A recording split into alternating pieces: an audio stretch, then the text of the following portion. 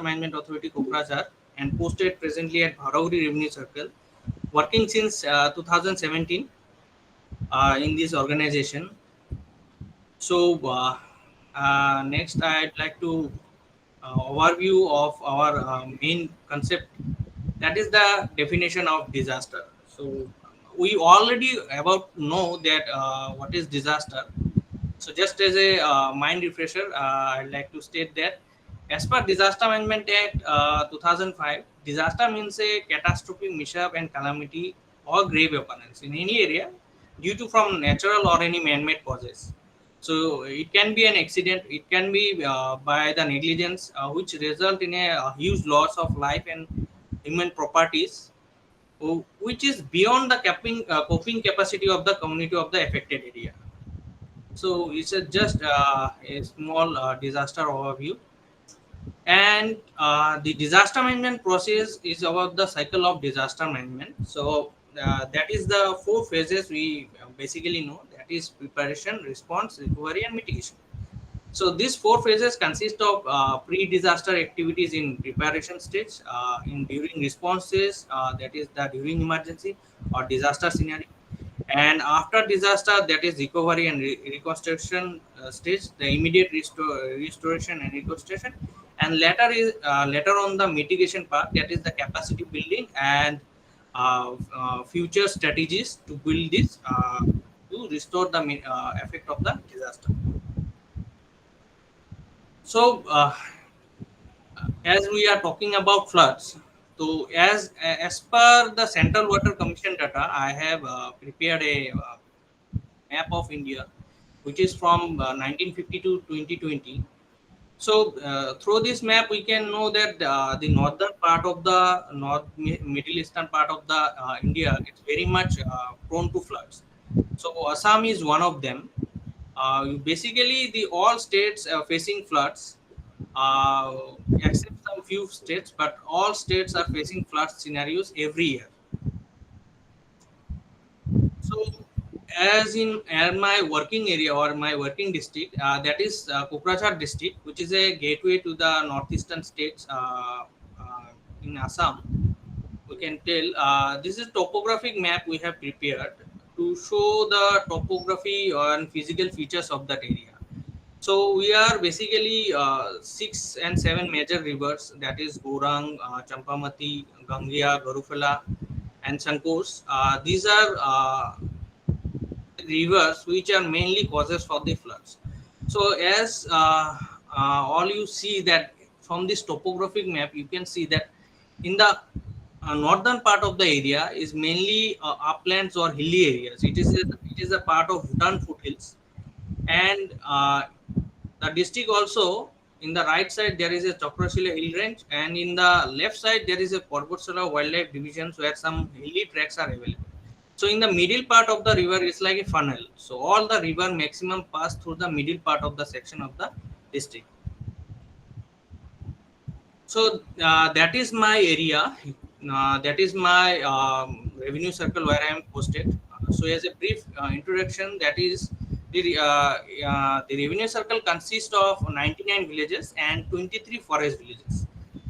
The area of the revenue circle is about 135.87 square kilometers, and it has a flood vulnerable village, about 45 flood vulnerable village. Out of that, 14 are the most flood vulnerable villages.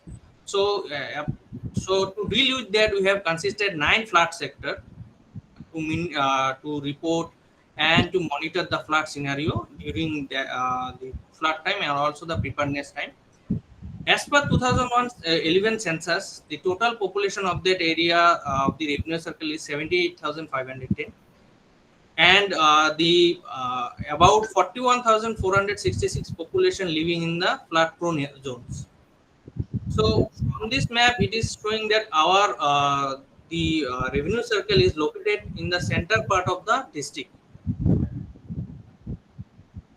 So it's a common hazard analysis or the hazard data of the last 6 years from when I have joined from 2017, because before that we don't have the data available, as because we have joined in 2017, and from that onwards we have collected and prepared the disaster database. So basically, in Bharori Revenue Circle, these four hazard types are common. That is thunderstorm, lightning, flood, and fire. So the affected population in this case, flood are the most one. In 2019, we can observe the highest number of people are affected, and uh, this is a tentative information, but later on the population is reduced to 25,000. So we have faced every year flood-like scenario. We have also faced thunderstorm every year, almost every year. Lightning is also a prominent factor in this area, which basically caused loss of animal life in the areas. So through this data, we can consider that flood is the prominent one, and we second our thunderstorm, then lightning and fire. Basically, animal loss due to lightning, fire is the most animal losses happen in these areas. So that's a river scenario. It's a Ganga River in the north bank of River Brahmaputra. So in the left side, you can see that a normal river of the river plain or river bank is like that. It's already almost in the apart from the in winter season, or we can tell in before March, it's like almost there is no such amount of water in the river. But in during July to October, the during flood, this river is almost like full capacity. It is flowing. So it's a flash flood scenario in the district. It's basically in my part, that is Mukuldang number one Harinpur village. So we have flood, but almost this flood timing is almost 48 hours. Maximum it can stays up to 48 hours. So within 48 hours, we have to respond. We have to rescue. We have to provide relief to the affected persons. We have to open relief camps. So the all these activities we have to be done by 48 hours in the field. So as you can see, that is in two different years, consecutive years, in 2020 and it's in 2021. The road you have seen in the first image, it's newly constructed. It's by 2019, the road has been constructed. And however, in 2020, when the flash flood occurred, the area, the road, and these infrastructures also damaged immediately. So it's a you can see the flash flood occurred between 31st 7 2020, and by 1 it's completely gone. There is no such water, but as the flow of the river causes this damage in the roadside. And in 2021, same road, same area, again flash flood occur, and now it's almost distracted, destroy the roads, and the culvert, the major communication part of the village is totally wiped out. So it's the present scenario of that village. Now there is no person living in that village, because all these person have to be shifted in another location due to continuous river erosion and flood like scenario. So it's a Google image. We can see this is the Mukuldang number one Harinpur. This village in 2010, you can see that the river flow. The river flow, you can see there is a meander, but the river flow is far from these villages, and the inhabitants are living on that time, that area. So these two villages now in 2022, you can see that the river flow is changes and it's come towards the villages. The erosion part is so much that this part Harinpur number one Mukuldang Harinpur part villages, they have to be shifted to another location. This part is no longer existing. So basic causes of flooding in the areas are heavy rainfall in both plains and Bhutan foothills within short period of time, and another is man-made causes like improper constructions. I'd like to give a explanation of that causes. You can see these two images, two satellite images. There is a difference. In 2010s, the river is far from the eastern side from the villages, and in 2020, you can see it's almost closer. So there is a difference. You have seen this between this village and river. There is a small channel is there. This channel is made by the local people without any information to the authority or anything else. They have made by themselves to uh, reduce the erosion impact in the neighboring villages where this river is flowing right now. So after 10 years, what happens suddenly in the northern part? You have seen a in this portion there is a embankment is created, and after this embankment created, the whole river shifted and comes within a year to these villages, nearby villages, and that is why these people affect so much, because they don't have the time to uh, plan or construct something else, because it is in a so fast manner that this changes, rapid changes are occurring there. So it's a man-made causes which basically provokes the floods and erosion in this area. So some initiatives by ASDAMA and DDMA. There are flood level early warning system which is given to the affected community by before 24 hours. And then lightning warning system is there. That is also affected, and it's almost give 45 to 15 minutes earlier. Then to deal with the flood preparedness, we have a flood preparedness scorecard, which is very much useful to for the disaster management manager and responder to prepare in time and respond quickly. Next, the circle level task force committees are constituted for proper assessment and timely assessment and real time assessment scenarios. And also for the reporting of flood disaster, there is a flood reporting and information management system, which basically helps the disaster management to report in a shorter period of time. Next initiative by the administration and nectar in by this year, there is a one flood animal relief shelter has been prepared for the affected communities. That is very much helpful, as because people in Assam or in normally in my areas, then they don't have to go in relief camps because they have a cattle in their houses, their domestic animals. They don't have to leave these animals there. So this strategy can help these people to come relief camps during the time of emergency in easy manner, and because of that, in during emergency, it must be helpful for the affected community to save themselves for a period of time to reach the responders. So, as an initiative by ourselves, we do volunteer management. We can also aware the community. We collect the information and prepare the database for the planning for disaster management plans and other for responders also. Because if there is no information, the responder does not able to respond in time during the time of emergency. So it's a basic role of our to collect the data, prepare the proper information of that affected area and all, and distribute it to the affected to the responders when a time in need. So doing so, there are some problems and there are some solutions also there.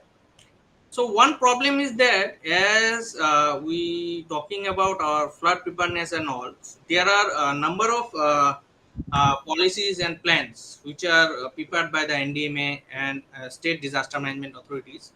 But the problem is that the role of field officers disaster management is a limited one. The defined role is very limited, so that um, our um,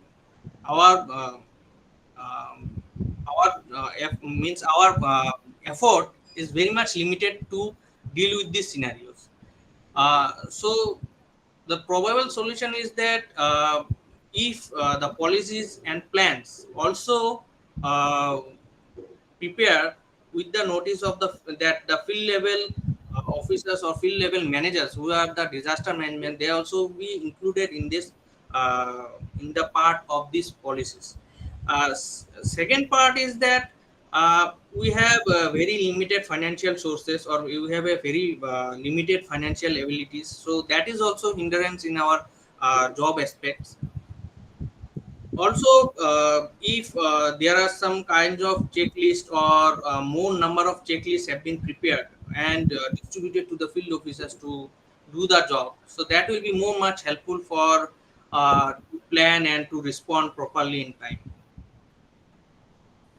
So that is all. Thank you. And if there is any questions.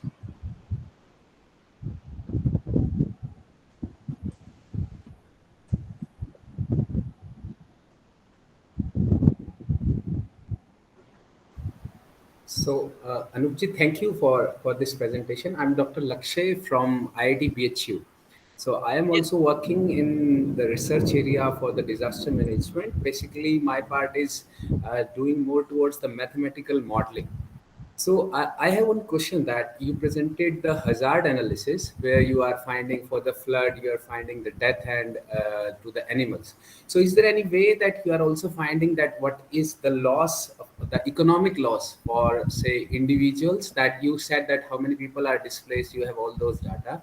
But are we also collecting in your system that how we can find what is the economic loss due to this recurring flood every year? That how much the individual is costing that we shift it to some other area or some so local they need to shift, and also what could be the economic loss there. So is there any Uh, way to calculate that also? Yes, there are lots of way, but the problem is that we have a limited instructions. So Okay. our first instruction is that to collect information about the affected areas Mhm. and to put in the system. So later part is that we have to calculate, we have to for rehabilitation and reconstruction purpose, Mhm.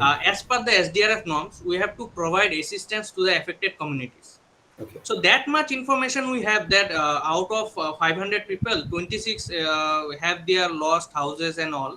So Mhm. we have only the information that this 26 people who have lost their house. So as per disaster norms, the amount was to be given, that information we have. But the problem is that if we have been instructed more to that, we have to analyze actual Yeah, yeah. value of that area, that will be much helpful for us, Mhm. because we have been waiting for the instructions. Actually, Okay. the problem is that sometimes is that because we are not able to involve fully. Yeah. So there are lots of instructions, because as a disaster manager or as a disaster, we just only provide informations. There are lots of executive magistrates and all who have the authority to do so. So Yeah. whenever they tell that you do and collect the information, you prepare the database and you prepare the actual economic loss of that, we also do it in that time. Okay. So basically, that is the thing that is collected by CWC. I Okay. have Okay. already showing you that is collected by the CWC. So Sure, that sure. is the thing. There are a number of organizations here who have Okay. collected the information. So Makes sense. that is why some informations we have collected, it's between us, and some information they have collected, they posted in the group. So that is why what happened, the departmental linkages, Mhm. that is why necessary. All interdepartmental linkages must be necessary to evaluate the actual estimate of the damages. Absolutely. And one more thing that you said that the flood is due to one obvious reason is the rain, heavy rain, and other reason is the man-made causes. So what this state disaster management authority is doing for the man-made causes? What kind of things are Uh, monitoring that is this year, happening for? I think, as per Disaster Management Act, as per Disaster Management Clause, they have instructed us to find the places where people means like drains and all the water bodies should be cleaned. So this year, the SDMA has instructed us to find those sources and act as per the Disaster Management Act, and remove those obstructions from the fields. So basically, those instructions given to the executive magistrates and all. So those who are in the fields, they are means personally we have a information database. We can collect information and Yeah. pass to the authority that this much area is clogged due to this reason. So Sure. that Sure. is the part of our side, and then the later part is the authority who have instructed other officials to clean that part and remove these obstructions. We have find some these things and we have working on it. One working is that we have involved videos to that, Hmm. we have involved videos, and through their MREGA process, some water bodies, water channels which are blocks or which are blocked due to some Man. constructive activities, that is clearing. The clearing works have been done last year, this year, and Sure. more need to go. So there are more efforts need to be done from our side and from all sides. Sure. Okay. My last question. Thank you for answering it patiently. So you said that they are collecting the database there, and many kind of data information system they have. So is it some kind of the technology like nowadays these prediction and everything is happening? So are you also in a way using some technology to predict that what could be the impact of such a flood? Like suppose some flood is coming, rain is coming, then using the IMD that so and so much flood can come warning system, and based on that making some proactive kind of response based on that. So is it some kind of technology also used in terms of software or mathematical modeling or any kind of thing? There are lots of are using nowadays. Yeah. Basically, from our side, whenever alert generates, we have also means like that. Uh, there is already flood level early warning system is there, lightning early Hmm. warning system there. Yeah. These are based on mathematical calculation or Yeah. Yeah. mathematical Yeah. model. Apart from that, sometimes these systems fail because in field I have seen Hmm. uh, sometimes it's like that. I'm talking about lightning alert. So what Hmm. happens, I'm in field, this before I think by 15 days, last 15 days I have been seeing that the alert generates more than 15 minutes later after any we have heard any lightning. Yeah. So the problem is that, so what we do when we are in the field and we are heard that there is lightning going and we have seen the clouds, we have physically verified that there is cloud and that lightning going on, we don't wait for the lightning alert system. Hmm. We Got it. Got it. directly alerted the public or alerted everyone through WhatsApp, through text message, whichever we have in contact, and even we have a the silent the megaphone is there. So we have Hmm. been using all kind of sources and immediately informed it. Okay. But the fact is that after introducing lightning only system, there is a very good aspect of that. After introducing these systems, our lightning deaths are minimizing. Hmm. But problem is that now the weather pattern and the lightning scenario is far different from the alerting mechanism, Okay. because nowadays we have seen dry lightning. There is no Hmm. such rain and nothing else, but dry lightning is there. And what happens, it's happening so fast that before generating an alert we have lost many people in the field. So that is kind of scenario we have been seen also. So Okay. it's a good positive side. This alert mechanism helps a people, because after 2019 we don't have lost any people. Hmm. But in 2023 we lost yesterday one people. Day after yesterday we have also lost one people. So because they are on the field, they are, and no over. That is not that they are on the field. Yeah. Yesterday, what happened? Yesterday, the lightning happened in the household itself, and within the house, the public died. Hmm.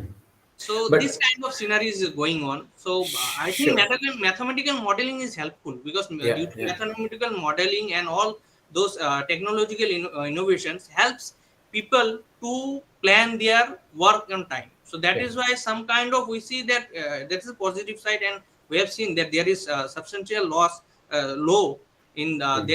deaths and in property damages also. So Uh, most of these technologies mainly used only for the warning system, but for say yes, response side. So if you have suppose 3 or 4 teams that you have to assign to different area based on say warning system or something. So there we are just assigning by our previous history or by our previous experience that how we should do it, or some scientific technique is also there for. yes, definitely. I have already means working on the remote sensing technologies. Hmm. GIS and remote sensing is Yeah, very yeah, much helpful to properly manage the responder for the quick responding. This remote sensing and GIS technology is very much helpful. yeah. Uh, I have been working on one aspect with the approval of our honorable circle officer, that we have been doing a open street map hub.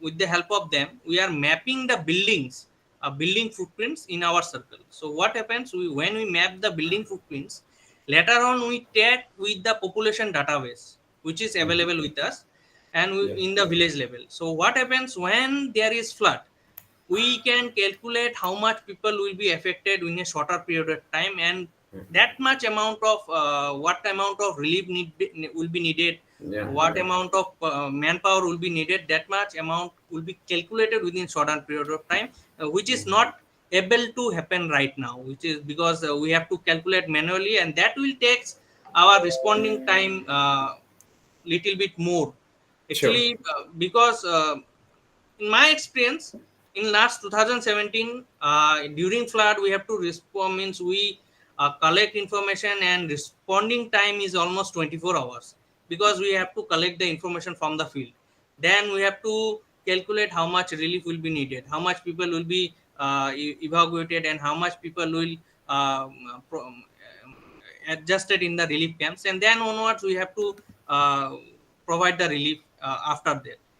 Sure. But if we have the earlier database, and if we have like this kind of information mechanism, Yeah. uh, it is very much quickly to respond that how much people will be affected, and how we have to respond quickly. Yes. Uh, Sure, sure. Yeah, sure. Thank you for all the answers. Thank you.